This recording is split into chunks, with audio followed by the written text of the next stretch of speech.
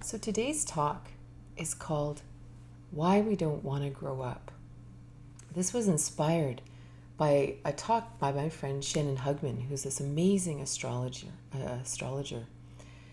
And it came from a talk she did, I don't know, 2 months ago, and there was something going on in the planets, which I can't explain because I don't know astrology like that.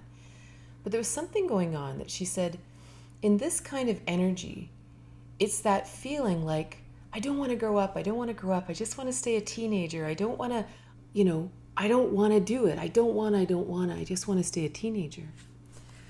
And I really thought about that.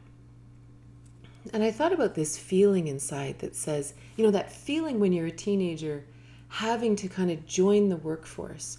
And how often when we're a teenager, we want to grow up or we want to be an adult simply because we don't want to be under the thumb of our parents. And we want to have freedom. We want to have autonomy.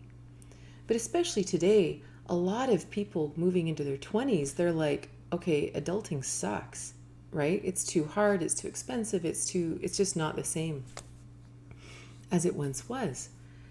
But what really intrigues me is I think there's a lot more to it. I think there's something within our soul that says what society defines as growing up isn't what we're here for. What it means to become an adult in our current society, in the society we've been living for the last millennia, isn't actually a human soul maturing. If you imagine a human soul coming to the planet, experiencing childhood, this time that we're meant to be cared for, loved, nurtured, taught whatever we need to do to sort of become a fully actualized human, well, we aren't taught that. We're taught how to join the workforce. We're taught how to get married and have children and become part of the machine or something.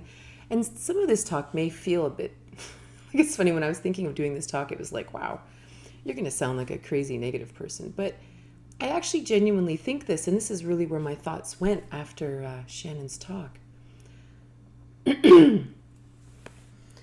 We aren't taught that. We're actually taught how to do as we're told. We're taught to achieve something based on external parameters.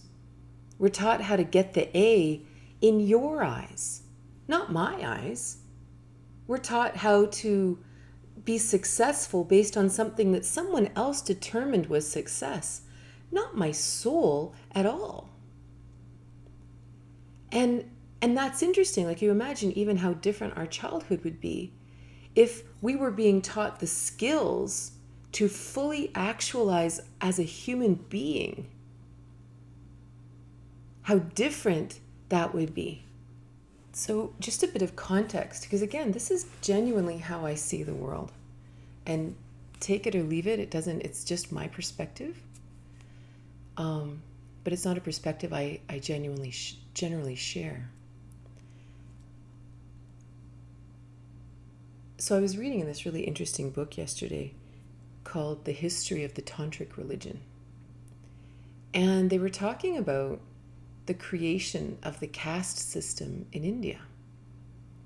And how essentially there was a class of people who chose to be the dominant class, or the dominating class, or whatever that was, which you wanted to call it. And of course, within the Hindu understanding, Brahman is all things. Brahman is God. Brahman is, it's not that simple by a long shot. And so this dominating class, the dominant class, were the Brahmins, and they created the caste system. And essentially, from here on in, they would not work any longer. And they kind of organized the rest of society into all the people that would now work so that they wouldn't have to work, right? And what's really interesting about this, because when you really think about this soul's thing that says, no, I'm not going to fall into this program. It's like, well, why am I working to serve a bunch of other humans? That doesn't make any sense, right? But it wasn't just happening in India, it was happening all over the world. Plato even wrote about it. Plato wrote this whole thing about now that we have installed the slavery class, like they actually created slavery. And his words were literally so that the citizens of Greece could now focus on other things because they no longer had to do manual labor. That they had given the labor and the agriculture to the slaves. And like, so this was a real thing thousands of years ago. That there was this separation of the citizens or the upper class or the dominant class. And then there were the people who worked for them, right? There was this real separation. And this is all over the world. Like this would be in the Arab countries, it was in Europe, it was the royalty, it's all this idea. And what's really interesting about this is actually the paradigm that we've all grown up in. That there are those that don't work, and there are those that do. And there's something amok about that. And I believe that this is why it's kind of really driving me crazy right now. It's something I think about a lot. This is very current in my own consciousness as I'm sort of sorting the world. And again, I believe in 2022, veils are dropping from our eyes. Like we're seeing things that we never could see before. And this is one of those things where we're looking around going, wait a minute. Why are we working so hard? Why are we working 8-10 hours a day? What's going on? Who are we working for? What is this? Why is our education system the way it is? Why were we trained the way we were? This doesn't make any sense. Like if all of us right here all joined in and created a community, and we actually all contributed our skills, whatever they were, to meeting the needs of our community, do you know how little we would have to work? You know, when we were dairy farmers, we worked 17-hour days. But we weren't just creating milk for us. We were creating milk for, hundreds of thousands of people or something, right? But what if you only worked and created what was needed in your local community? How little we would actually work. Buckminster Fuller talked about this a lot, that there was this entire percentage of the workforce that literally did nothing but move pillar to post and plan another meeting and do this and do that, but never actually accomplished anything of any actual value to society. And this is a really interesting thing to just imagine that the paradigm we were raised in isn't quite right. And the fact that we don't really want to move into that, or we rebel against it, even in the smallest ways, is right. That our soul knows something. Our soul knows something's wrong. So what's really interesting about this, and of course, movies like The Matrix definitely showed this to us, and it said, really? Are you sure this is what you want to be doing? Are you really exhibiting self-choice? Are you really living the life you want to live? Or are you plugged into a machine? What's really going on, honestly? So what's interesting is, from that place, when we're all born, we take different paths. Some people rebel against the system from day one.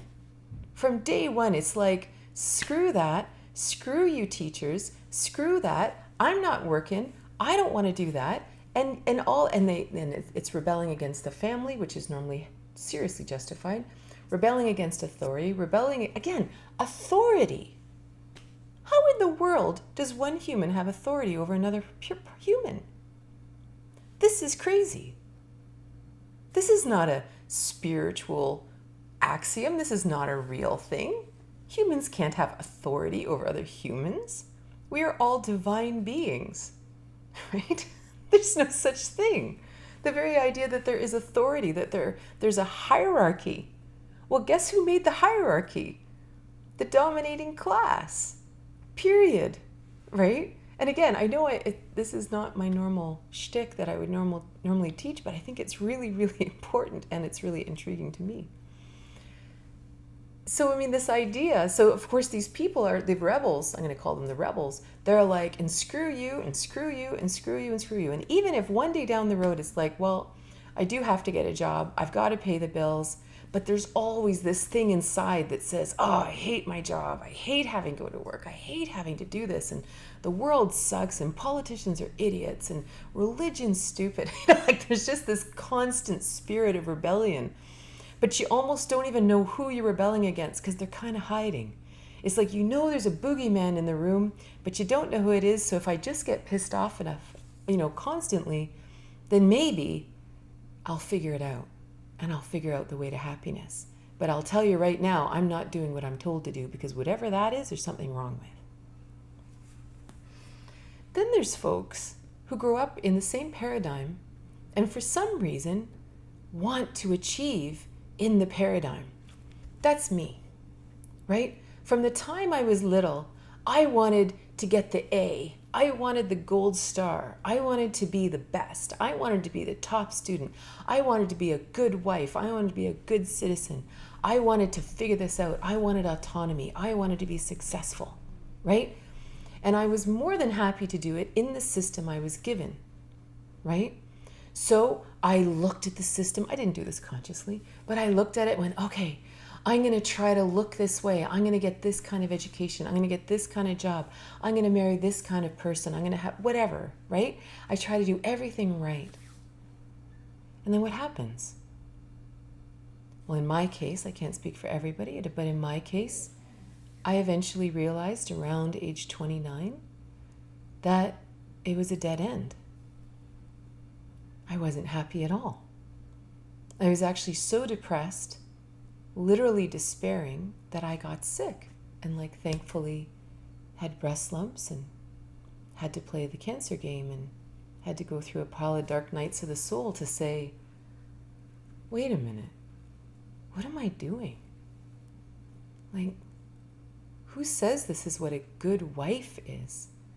Who's to say this is what a good life is? Who's to say that someone else gets to define what my life should be, or what my day should look like, or what I should think, or what I should do?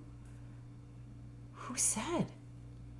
And these were serious dark nights of the soul, especially if I had 30 years under my belt of really believing that this was going to make me feel good. This is going to make me feel part of the collective.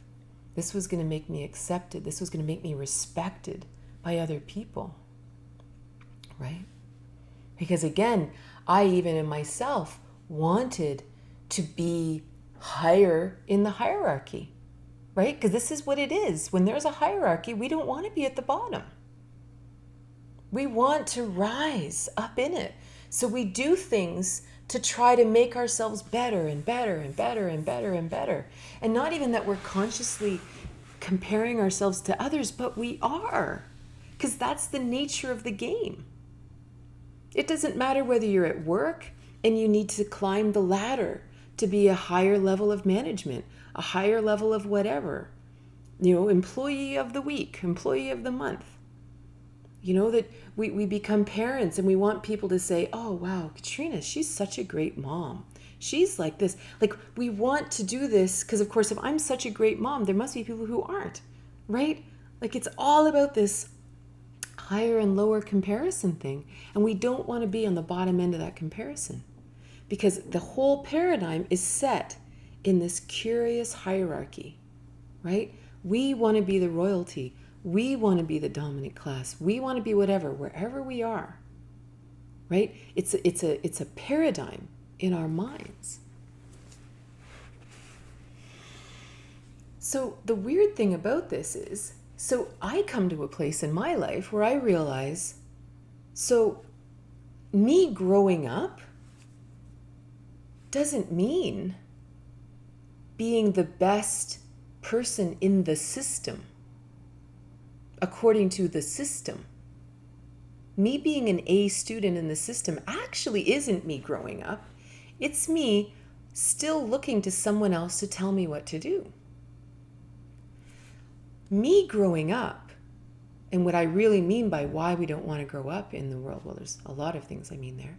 But for me, growing up meant setting aside what other people thought, setting aside the system and the paradigm that I was raised in, and saying, what does my soul want? What was I put here for? And taking the much scarier road of following that path, getting an A in that path, right? And that's a lot harder because, of course, the system is so, it simplifies it to say, all you have to do is check these boxes and you're good to go. You can just go to sleep from now on. Don't you worry. You do what you want to do and you can just watch Wheel of Fortune for the rest of your life. Don't you worry. But that's not our soul self-actualizing, right? We're like infinite beings. Our self-actualization process could continue for our entire life. We could just keep growing and expanding and growing and expanding. That, in my opinion, is what true growing up means. That's the kind of growing up where every day we discover something new about ourselves. And that's really fun. Like, that's really exciting. Because it's every day you're like, whoa, and there's nobody who can judge you. There's nobody who can say, well, that was a wrong choice. Why did you do that? Well, you shouldn't think that. Because this is 100% between you and God, or you and the universe, or you and this planet, or you and wherever you came from. It's 100% our choice. And that changes everything, because life is really entertaining then. And then suddenly all we want to do is grow up. All we want to do is self-actualize. We really, really, really want to go inside and say, whoa, what's really going on inside of me here? This is an exciting journey of growing up. That other weird journey of growing up, just learning how to be a factory worker or how to do the thing that other person's going to give you the gold star for, and always trying to look a certain way for other people and always trying to make enough money so the neighbors think you're successful and all that. In that path of growing up, I don't see a lot of happiness there. Hence the desire to like, screw that. I'm just going to rebel against that for all I'm worth.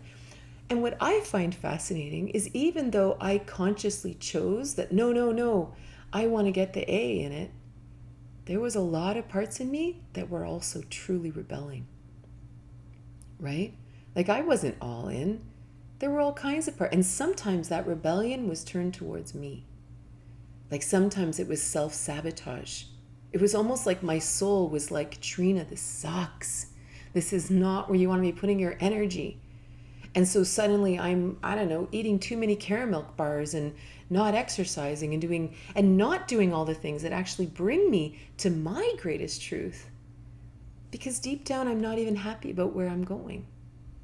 So I've got this like brutal dichotomy going on inside of me where half of me is like, must achieve, and the other side going, screw that, go to bed, make all the wrong choices, And so it's a really interesting thing to actually get all of our ducks in a row, find out our own soul's path, and actually grow and expand in that instead. So what's really intriguing to me is that, I told a lot of you guys that I was donated this bookshelf full of books where all these books have come from. And I never know why things happen.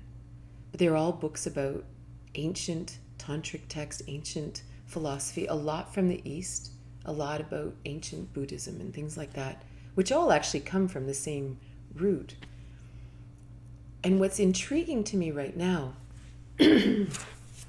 my theory, is that a lot of these teachers and gurus, for whatever reason, weren't affected by this dominating class. They were outside of it. Maybe they were hiding in the Himalayas or up in the Andes. But there are pockets of people in the world that were not affected by this paradigm. The rest of us have thousands of years of ancestral memory that we have to snap out of, which is very possible. Like, it's very possible today. But for some reason, these teachers didn't. They were immune for some reason. And so what did they teach us? And these wisdom teachings have been here the whole time. But what have they taught us? Non-attachment. What does that mean? Don't worry about the things that they tell you you're supposed to be attached to. And isn't it interesting, this idea of they? What will they think? Again, it's this strange, invisible boogeyman, right? So the non-attachment releases us from the system. It's not non-attachment personally that we don't get to love, or we don't get to love chocolate, or we don't get to love hiking, or we don't get to love puppies. It's non-attachment to the things we've been well trained to care about, the hooks that keep us enslaved, right? They teach us to go within, listen inside to the voice that doesn't use words, that every single one of us has wisdom inside of us. The wisdom doesn't come from outside. No one else knows what the right step is on your path. Over and over again, listen within, know thyself. This is all that matters inside. Be present. Just be here now. Because of course, this whole thing that we've sort of been born into says, plan for the future, make the right choices, develop security, depend on us, do this, right? It's all about the future. Whereas this whole concept of carpe diem, seize the day, live now, this is so empowering, right? And this is what all the teachers have said to us for millennia. They've always been there in the corners. But half the time we read these texts and we think, yeah, but what about my job? And what about my rent? And what about this? And these are valid issues as we are still hooked into that system, into that, the caste system doesn't just exist in India, right? Like, it's a worldwide thing. It just happens to actually be out there in the open and named, And the other really interesting thing is this idea of moksha, of freedom, that we don't have to be enslaved. We actually could live according to our truth. But this idea that we can live in total freedom, that we are fully divine beings, that these upper chakras aren't just in name. We really are fully connected to the universe and fully incarnate here on earth. And that because when you think of our chakras, even the 7 main chakras that we look at, we have the root chakra connected to the earth, how we are manifest. We have the crown chakra, how we are connected to the infinite galaxy, to God, to the universe. These are equal, right? We are equally divine and equally physical, right? We are equally connected to each other through the second chakra, and we are equally listening here, right? All the way through. We are equally divine and equally physical. So from here, what's really interesting is suddenly growing up means self-actualization. And one of the cool things I learned recently in this book actually, about Tantra, and I've been teaching Tantra for a long time, and I normally just focus on how it relates to people and how it relates to relationships and love and connection and all that, right? And there was always this story that I would hear in the background about the Tantrikas and how they would go into a town and they were the rebels and they would upset the apple cart and they would try to wake the people up out of their spell. Like this is a huge teaching in Tantra. Well, it was really interesting, and in this book, The History of the Tantric Religion I was reading, is that Tantra is very similar to the indigenous cultures and indigenous religions around the world, where divinity and spirituality was a part of the earth. It was a part of our day-to-day life. It was a part of our work. It was a part of our love. It was a part of our child rearing. It was a part of our friendships. It was a part of community. It wasn't separate. It was always part and parcel, right? It was always together.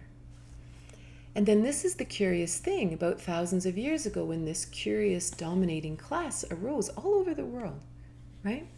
That it arose and it said, no, no, no, no. We will take care of all that for you. Don't you worry. We will be connected to the divine. We will be connected, and we'll tell you what it all means, right? The Tantrikas said, no, no, no, no, no. They said, no, this is intrinsic to the human being. This is not to be taken outside of each individual human's sphere of influence or sphere of choice. This is us. And so, of course, the Tantrikas continued to live. They continued to do what they had to do. And so who started dissing the Tantrics?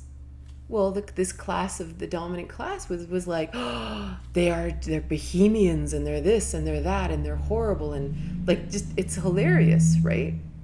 Because they weren't doing what they were told, which is a very different sense for me than what I originally thought the Tantrikas were doing, that they were intentionally rebelling and all that. It's like, no, they were just holding their own.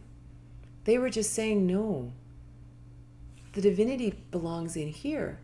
And this is actually a very deep tantric teaching, that you know, we talk about the microcosm and the macrocosm, that we as human beings are actually a microcosm of the entire universe. Everything that's happening out there is happening right in here. This is actually an ancient tantric teaching. So when you begin there, that means that all self-actualization happens here. All spiritual growth happens here. There is no God out there ruling the universe. Again, what paradigm does that sound like? Right? So it's not out there in here and we are just the lowly humans. It's all here because we are a microcosm of the universe. So where is the path? Where is the path to enlightenment? It's all in here. This is a very scary teaching for any kind of class that wants people to work so that they don't have to work. So the Tantra thing is really, really interesting. And suddenly it doesn't seem like such a rebellious act, as much as it's simply a very grounded act. It's simply something that says, no, religion doesn't just belong in a church on Sunday. It doesn't just belong in your prayers when we're burning incense. We're meant to do it at work. We're meant to listen within for guidance all the time. We're meant to do it when we're raising our children, when we're making love, when we're cooking, when we're working, all the time. So again, if we circle this back to the desire to grow up, imagine the journey of growing up when what we're doing is exploring the microcosm, right? We're exploring the universe through this divine vehicle, this infinite vehicle we were given. That is a very, very exciting journey. That's a way of growing up I'm all about. You know, and there's nothing in me that wants to rebel against it either. Suddenly all self-sabotage programs go by the by. Everything. Because I'm like, no, I do want to explore that. Why was I created this way? What is, why am I made this way? Why was I born to this family? Isn't that interesting? That this is how I was raised, or this is the experience I had. I wonder what that says about humanity. I wonder why I was given this particular lens to view this world.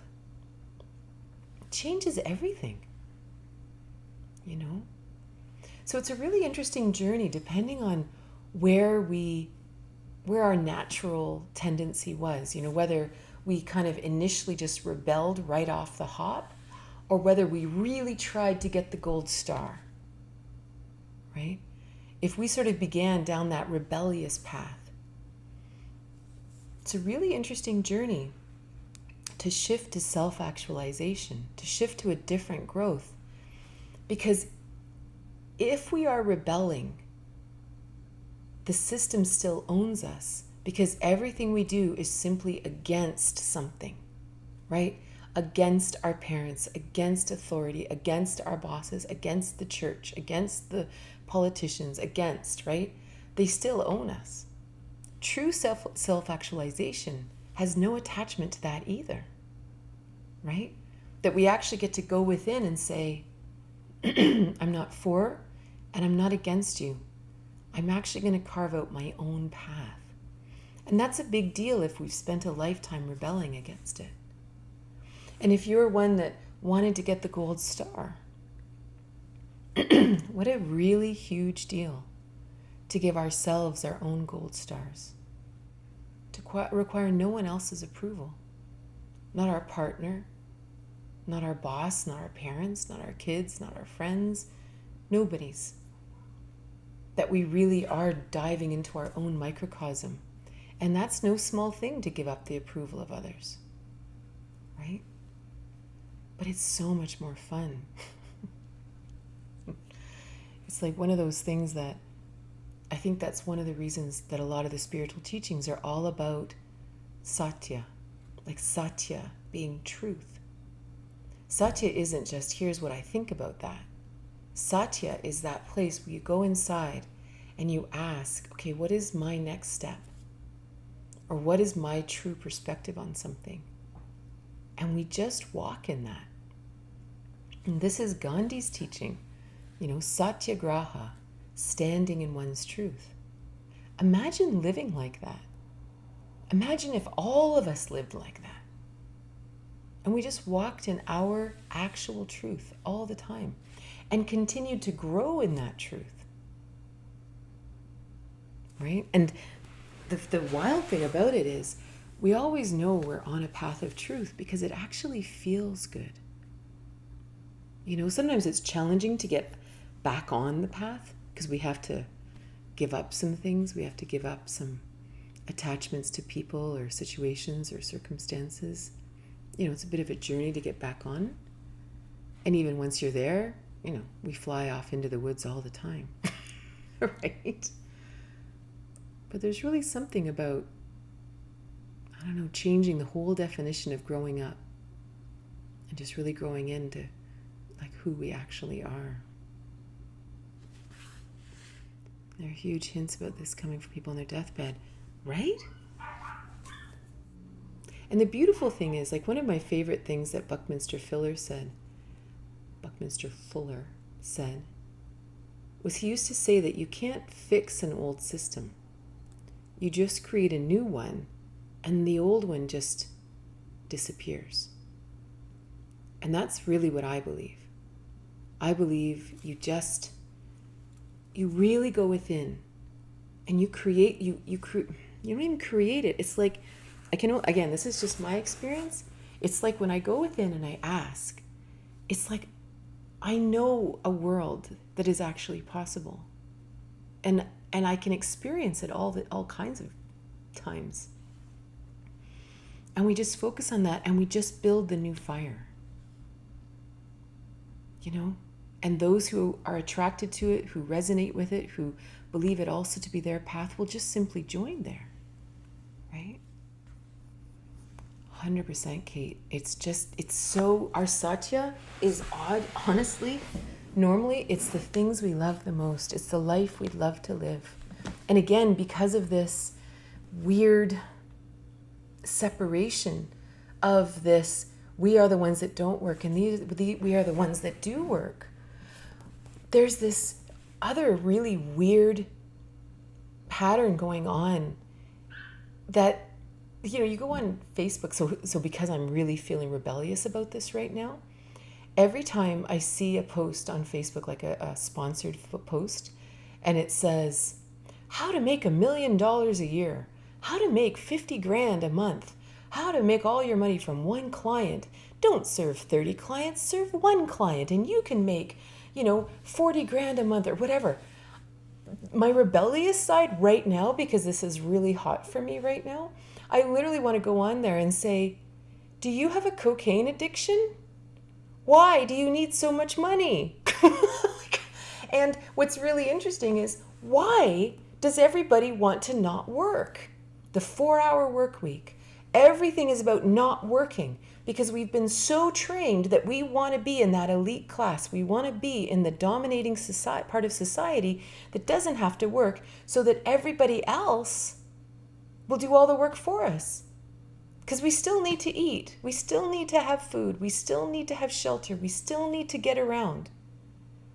But this weird training, because we've had to be this working class for so many generations, it's like we still have this thing inside of us. I don't want to ever work. That's my goal. That's my ideal. It's like, no, it's not. If we all live together in a community, everybody's going to work. Everybody's going to contribute. There's nobody that gets to be supervisor, right? Everybody's going to contribute. Life's not that complicated. And so it's really interesting. A lot of these strange paradigms that are rising up right now that says how to live and never work. It's like, oh, we have to look at that. We have to look at why that's the goal. To not contribute to the community. Who wants that? We know who wants that. That's not the way of the future. That's not the way of true connection and true love. And I mean that in terms of real loving community. I think a lot about community these days. I love pondering community. I love thinking about what connects us and what holds us apart. And I think a lot of this weird competition and desire to jump up, rise in that hierarchy to eventually be the one that isn't doing any work causes a lot of disconnect in community, a lot of comparison and a lot of fear of each other, dog eat dog and all that stuff. So it's an interesting thing to say, no, what do I really love? What makes my soul sing? What do I love to do, right? The confusion is crazy and sometimes backwards. That's why it's such an interesting time. Like, as difficult as the world is in many ways right now, it's so potent. Like, it's so in your face. It's almost like it forces you inward because it's so wild. There's so much divisiveness. There's so much opportunity to really get our pants on fire, Then you go, why?